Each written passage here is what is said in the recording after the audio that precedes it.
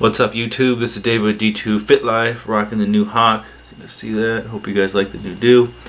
So today I wanted to talk about what to bring, what to expect for Krav Maga's general instructor course. So this is going to be for all of them, whether it's general instructor course 1, 2, or 3.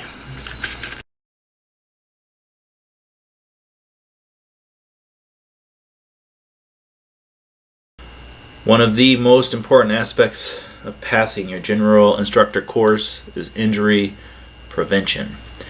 You are going to be training for 8 to 9 hours a day for 5 days if it's GIC 1, and if it's GIC 2 and GIC 3, it's 9 straight days of 8 to 9 hours training per day with no break. Even if you consider yourself a person who works out a lot, it's still recommended that you work out for 3 days, take a day off, work out for 2 days, take a day off. But no, this is 9 straight days, so it's a lot. It's imperative. Your body is going to break down. I brought a foam roller to stretch before and after every single day. I slept 8 to 9 hours every single day. You want to make sure that you have baby powder for your feet, baby powder for your nuts, baby powder for everything where you can potentially get a rash or anything like that. You want to have protective stuff just in case you do get injured, like knee wraps, or knee sleeves, back braces, any kind of anything that's going to help you prevent injury, and then if you do get injured, to still be able to train through it, because it's a lot of time, a lot of development, a lot of emotional input. There's so much that goes into it. Economics for the plane ticket, the hotel. There's so much invested into becoming an instructor, and the last thing you want to do is get injured after you've trained and did everything and prepared. So I would take injury prevention just as serious during these courses as I would the training itself.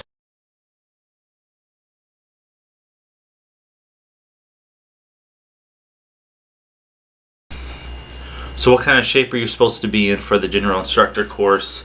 Well, you don't have to be in top like fighter shape where you're training multiple times per day, and you can last 25 plus minutes in a cage or a ring. You don't need to be in that good shape, but you do need to be in good shape. One way to test yourself is ask yourself after a regular Krav Maga class, are you tired? And if the answer is yes, then you're probably not in good enough shape. You should be a little bit tired after 1 hour of training, but you shouldn't be exhausted, because you are going to do sometimes an hour straight of striking. It's another way to test yourself. If your class or if your school has a striking class that lasts for an hour or so, ask yourself, are you completely exhausted after that? And if you are, then you're not in good enough shape to go to general instructor course, in my opinion. So what kind of training or what can you do to help you get up to at least a decent level of cardiovascular health?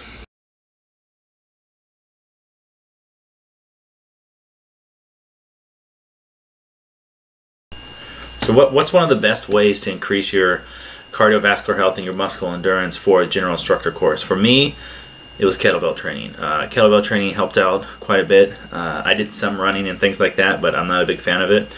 So I followed a very simple kettlebell program. I did a 10-minute warm-up that pretty much consisted of wall squats, halos, and the RKS pumps, which I have a video on that, so you can check that out. And then it's 12 minutes of unbroken work, where you basically do 20 to 50 kettlebell swings unbroken, and followed up by 1 to 2 minutes of jump rope, and you do that for 15 minutes, and that really helped my cardiovascular conditioning, my muscle endurance conditioning, and it helped out a lot. The second thing you can do, even though I'm not a big fan of it, is just sprint intervals. So you get on a treadmill for 5 to 10 minutes, and then after you start to get warm up, you're going to increase the pace up to about 85% of where you think you're exhausted, which is the perceived exhaustion rate, and then you'll cool down or you'll rest by walking at about 50% of your exhaustion rate for 2 to 3 minutes, and then back to your 85%. So you do that for about 15 minutes, and then you follow that up by another 5 to 10 minute cool down, and you're done. So you can do that to help supplement your regular Krav Maga training. Maybe you can't get into the gym that day. It's something you can do in your garage if you have a kettlebell and a jump rope, or at a local gym if it's off hours and your school's not open. So that's something that will help you get on the right track for where your conditioning needs to be outside of just your regular Krav Maga courses.